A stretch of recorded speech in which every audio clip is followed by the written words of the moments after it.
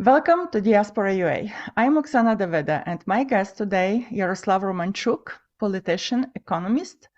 Welcome, Mr. Jaroslav. Hello, I'm honored to be with you. Thank you. Jaroslav, I want to ask you a very simple question. I know your activity in political and economical life of Ukraine, and not only Ukraine, actually Europe and whole world. I know how famous you are with your excellent programs. You write in many articles about how to rebuild Ukrainian economy, how to help our country to win this war, how to consolidate all possible and impossible power Ukrainian people have to bring peace and bright future for Ukraine even after the war. But right now, especially today, we actually have very sad anniversary of Budapest Memorandum, and we understand how those political decisions are connected to economical decisions. And what we have right now after that Budapest paper were signed, which means nothing, we realized just today, we have to avoid kind of similar future mistakes for our country, and we have to be very, very careful between economical decisions, political decisions, because we know we might don't feel how it works today, but we're gonna definitely feel like 10, 20, 30 years from today. So from your point of your view, how do you think we can consolidate our resources, brain, analysis, and all smart decision to make Ukrainian economy work better, more productive, more powerful, specifically for helping Ukraine from military side to win this war, to make Ukraine stronger? What we need to do right now? Thank you for your question. I've been dealing with transition from central planned economy to free market for over 25 years, and we have a lot of experience and data on how to carry out reforms. We have quite a lot of success stories in the world. At the same time, we know how not to move on forward, because if you apply certain policies, you will end up with oligarchs, with state capture, with corruption, with the system that benefits 3% at the expense of 97. Ukraine has failed to deliver on one very important element of reforms. It is economic freedom. In 2022, Ukraine ranks 126th in the world, which is Ukraine is not even half economically free. So the land of the free, the country of the brave soldiers and heroes that have been fighting against Russian Nazi aggressor, and the whole world admires it. At the same time, we have a very weak Marxist-like economic policies institutions that are lagging behind. Recently, European Bank for Reconstruction and Development published the latest evaluation of how far Ukraine is to the standards of sustainable market economy, and again we are halfway. The reason we are halfway is that that's about empowering nomenclatura, empowering big government business, big state is not the same as empowering ordinary people. In the time of war, we saw one phenomenal element, one unique feature of Ukraine. It is the trust among the army, the trust among society, business, and the authorities in the which when it concerns the military operation. It is very decentralized, it is voluntary, it is based on trust and passion of ordinary Ukrainians. At the same time, we see the opposite in economic policy making. Somehow, Ukraine, which strives to be the leader of the Western world, to be part of European Union, sticks to very bad, old, and inefficient institutions that we saw in totalitarian Belarus and totalitarian Russia. Hence, we should overhaul economic mechanisms and first of all put people, entrepreneurs in the center of economic decision making. If to do this, you don't need to have very sophisticated regulation. You don't need to have licenses, permission system, certification, bans on whatever. You don't need fine tuning of nomenclatura to indicate businesses what to do, where to buy, how to sell, how to manage, because people trust each other. They don't need the government in this form and size and shape. So liberalization and the attitude leave entrepreneurs and creditors and manufacturers alone, let them do their job, is number one policy right now. Secondly, there is one interesting rating which is called tax hell rating, which ranks countries based on the worst performance of their tax system. And Ukraine in 2020, which is the latest ranking we have right now, is number 5 in the list of tax hells of the world. That means that the system that we have right now is extremely difficult to manage and govern. The system begets corruption, the system begets inefficiencies, and at the same time it is very bad in tax collection and in supporting financially the budget and the military operation. Hence, we need very simple, universal, flat taxes, and we don't need VAT, we don't need corporate income tax right now because the tax base for these taxes don't exist. So we need much more fiscal freedom right now, and we need lower taxes and flatter taxes. One more element that is very important is monetary freedom or financial freedom. Again, Ukraine has never been in the state of monetary and financial freedom. Hryvnia is very weak.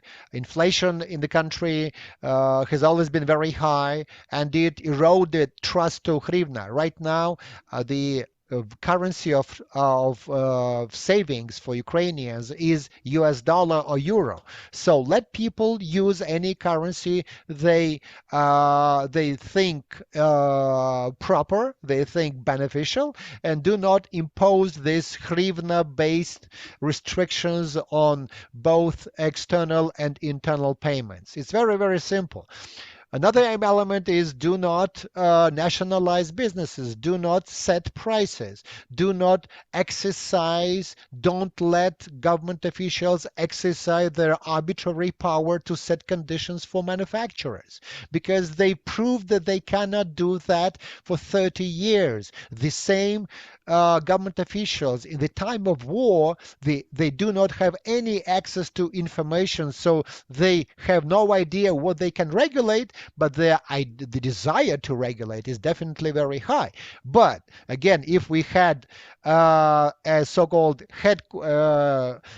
military economy headquarters, which would consolidate the best minds of the country to lead Ukrainian economy through the war, we could definitely make Ukrainian economy grow in 2023, because as we see right now in 2022, the state of the economy can be described as catastrophe. You have GDP minus 40%. You have unemployment over 40%. You have inflation over 30%. You have budget deficit over 25% of GDP, and you have almost 50% decrease of government debt. This is disaster. It couldn't be like that if we applied different approach to economic policy, which what I offer. I offer people's entrepreneurship. I offer economic decision making based on small and medium-sized business enterprises, and I offer economic freedom as the fundamental ideology of a new Ukraine. It can be done during the war, because if we prepare the institutions for fast long-term inclusive economic growth right now, Ukraine would jumpstart very quickly and would catch up with pre-war level within 5 years. If it did not do that, if the government sticks to its own policy right now, I believe that catching up with pre-war level Ukraine 2021 would take at least 15 years. So let's not play again with Marxist big government Leviathan type of economic policy. Let's entrust people. They know better. They are better planners. They are better managers. And of course, this dynamism, this unique trust that Ukrainians have to each other would help us move on without licenses, without over-regulation, without unnecessary control of the people who really would like to benefit and to kind of jumps to overhaul corruption alongside with the assistance that we get from the West. Actually, when we listen to some of American and Western mass media, specifically now, today, every day when we have war in Ukraine, I don't feel very comfortable. Actually, it feels painful when main line is like Ukraine has a lot of corruption. Ukraine has a lot of money laundering. And we all know it's not actually true because it cannot be done without other Yep, without absolutely. those Western It oligarchs. takes two to tango. Exactly. If you launder Exactly. money, again, these are the Yes. mechanisms that And we know how were it works. supported, right? Yeah, exactly. Especially when some Western leaders, American and European, even sending their children to do that dirty business in Oh Ukraine. yeah, I know To sit what like you're hinting at. chairman of some company, they have no idea what to do. They probably don't even understand how it works, but they working with names. Oh, because this is a son of that guy, this is a daughter of that guy. So we know how it works from inside, but generally it creates not very good picture of Ukraine from Western point. And what we can do to kind of erase that picture, how we should send our message to those even mass media, to average Americans, because you have no idea how many times people asking me, explain this, explain that, why. And I understand it works from from other side, because without why Ukraine is so desirable for that kind of dirty business. We know we have tremendously hard working people. We have huge natural resources. We have such a good land. We have everything to be successful, but all those business people from the West, not very clean business people, they know it too, and they use it for their own benefits. How we can resist, how we can explain the world, this is not Ukraine you should see. It's a different country, not as they describe it to you. How? No, the logic is very simple, right? First, just imagine the size of the government, functions of the government in the United States and Europe in the beginning of the 20th century, when there was little regulation, no regulation, when the size of the government was less than 5% of GDP, and anybody could do anything because they went to America, land of the opportunities for liberty, pursue liberty, and their own happiness. That was the way American dream was born, right? Right now in Ukraine, it's not the people's, not Ukrainian dream. This is the dream of, first, on the one hand, Marxists and people who prefer models of big government, which they designed for emerging, developing countries of different parts of the world without any understanding of what consequences, negative consequences they would bring in the form of corruption, oligarchy, oligarchs, state capture, injustice, again, huge schemes to steal property from the country. These are all schemes that were designed by the Western consulting companies, international organizations, because like there are people who are driven by good intentions without understanding that reality is absolutely different from models from economics textbooks.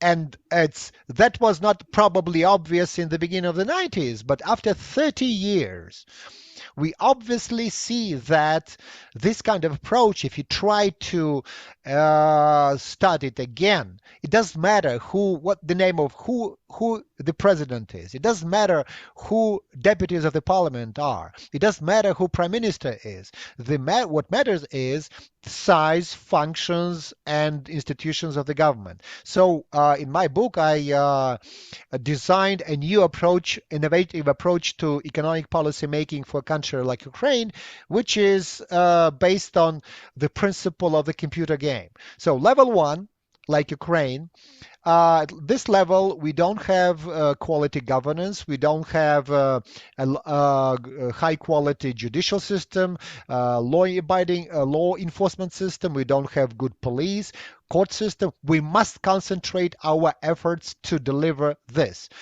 It doesn't need like 20% of GDP, right? So on this level, there must be a cap on government spending no more than 25% of GDP.